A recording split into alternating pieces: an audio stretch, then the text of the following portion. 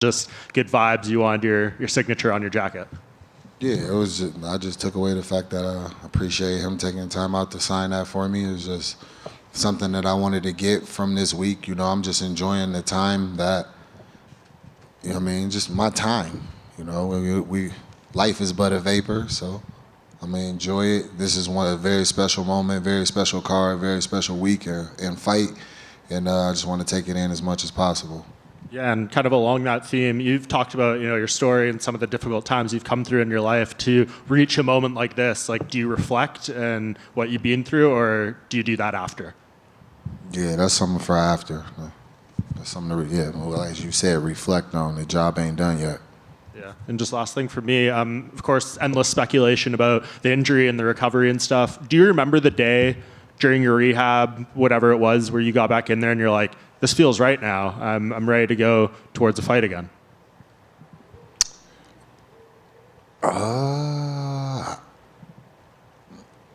I've been feeling like I was ready to go for a while, but I listened to the team, I listened to the doctors, and so I don't know. I don't really have an answer for that, for the simple fact of I've been ready to go since I got hurt.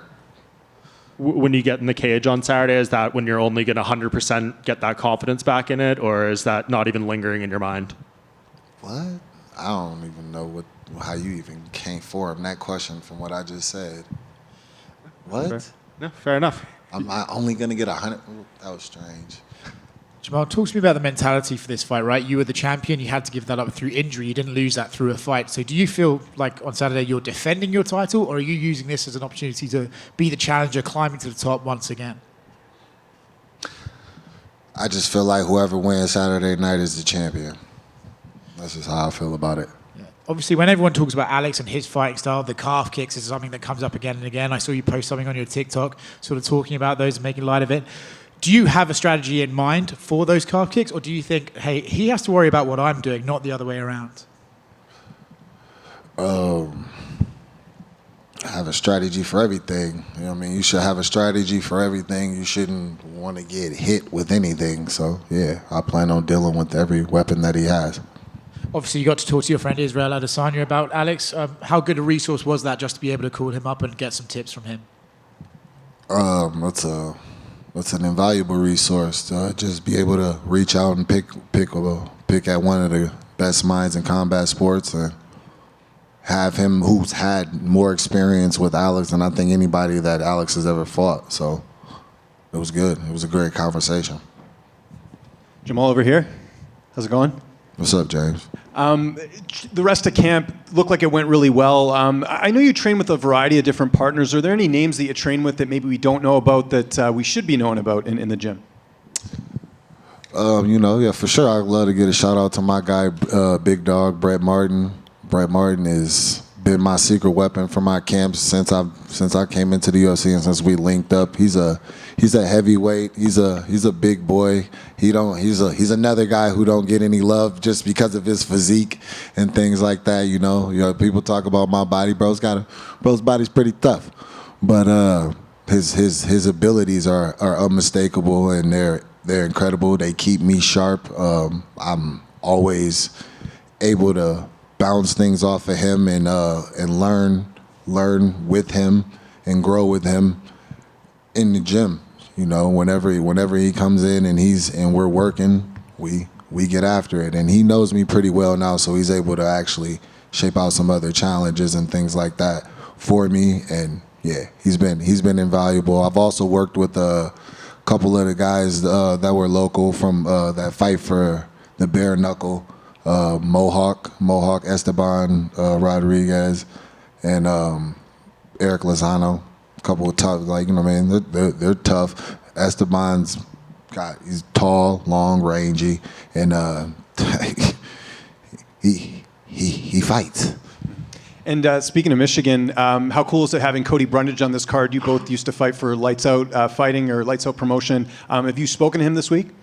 I haven't seen Cody yet, but yeah, that is actually pretty dope. They asked me who I wouldn't mind being in my locker room. I told them definitely I would like to have Cody Brundage in my locker room. It's special. It's definitely special. Just that for me and him, because he was the last fight before Contender Series. He was on that card. We were on the same card before I joined the UFC.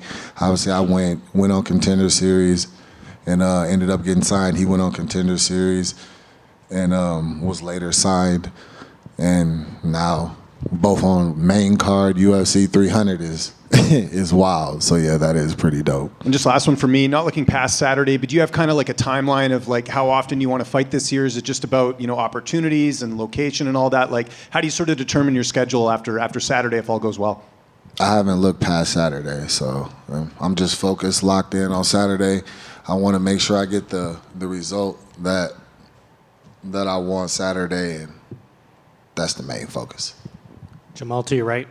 I noticed earlier you quoted Ecclesiastes saying that life is but a vapor. During this process from the injury now going into this fight, what do you feel like you've been taught most?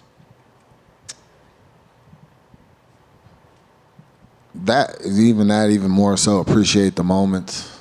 Yeah, appreciate the moments. Just, it could have all been over.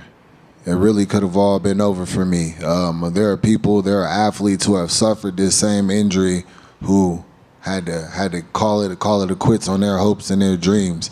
And I'm fortunate enough to now be in a time and was in a position to where the best medicine available was available to me.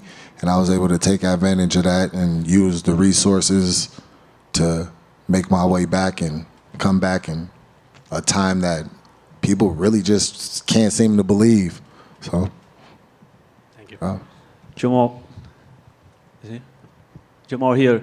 What's going on? You already fought and won against 4 Brazilians. Alex Pereira is the 5th, and it's a big name out of Brazil right now. How was the experience to deal once again with the Brazilian audience on social media? The Brazilian audience is different than Alex's audience, so it's been a different experience this time, I'll say. And I would like to know from you, if somebody told you 3 years ago that you would be headlining UFC 300, would you believe that? What would you think at that time? If somebody told me I'd be headlining UFC 300 at the time, I'd believe it. I believe it because I know myself, and I know the belief I've always held in myself. But it would have got me hype. It would have definitely had me excited. I don't know. I just always planned on being in these moments and being in this situation ever since I was a kid. Like, you can even ask my dad. My dad is here right now. Just from the time I was a kid, I just always believed that whatever I did, I was going to be one of the best at it. For a time, it was football. For a time, it was basketball. But whenever I sat in on fighting, I knew I would be here in moments like this, fighting for championships and able to have an opportunity to put myself up there with the greatest names to ever do it. Jamal Obi. I know there's a lot of talk about Alex Pereira's fast rise in MMA coming from the kickboxing scene, but it was just in 2019 when you won a Contender Series contract, and this time last year you were originally supposed to fight in a Fight Night headline, and you got the short notice call to Fight Global, in which you won and became the first Contender Series graduate to do so and become champion. So do you think people are kind of putting to the side your fast rise in this sport into now ultimately headlining UFC 300 as well? I don't know. I don't care. That's not important at all.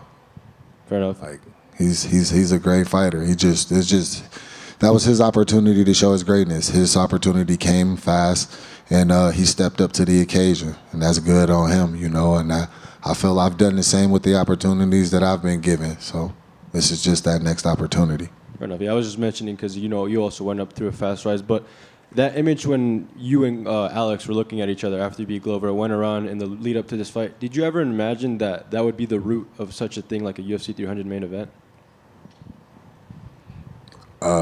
No, because it was just a handshake. He was over shaking my corner's hand. I went over and shook his corner's hand. So that's pretty much what that was. Thank you. But I did see that he could possibly be an opponent in the future, and I was excited for it. I wanted him to win. When I got hurt and I had to give up the belt, it was like, all right, what's the best course? What's the best that can happen now? Because somebody else is gonna win the belt. Who better than Alex to win the belt? Like, you know, y'all think y'all, and he is. You know, he's the two division glory champion, 2 division UFC champion, kickboxing great, hands of stone, bad man, just a monster, dangerous, scary dude. He's all those things. But watch what I do to him. Jamal. First and foremost, I like your shoe selection. Very nice. And Wait. You know I tore my Achilles in the gray ones, right? Yeah. It was hard for me to put these on today. And is there any truth did you go to the same doctor as Aaron Rodgers? Yes. Well, Aaron Rodgers went to the same doctor as me. Ooh. Did you guys, you mentioned that you played football. Did you guys have any conversations, you and Aaron? I know he's a big MMA fan. No. I've never met Aaron, so I never like talked to him or anything like that. No. Got you. The Jets could use somebody like you to catch the ball. But speaking of quarterbacks and Super Bowl, like UFC 300 is kind of like a Super Bowl, big time. It's going to be a lot of focus on you.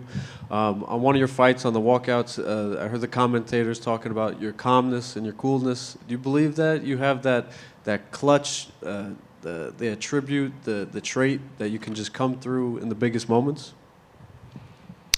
Yeah, that's something I just know. I just trust myself. That's one of the biggest things that I hang my hat on is the fact that I know that just naturally I show up. It's who I am.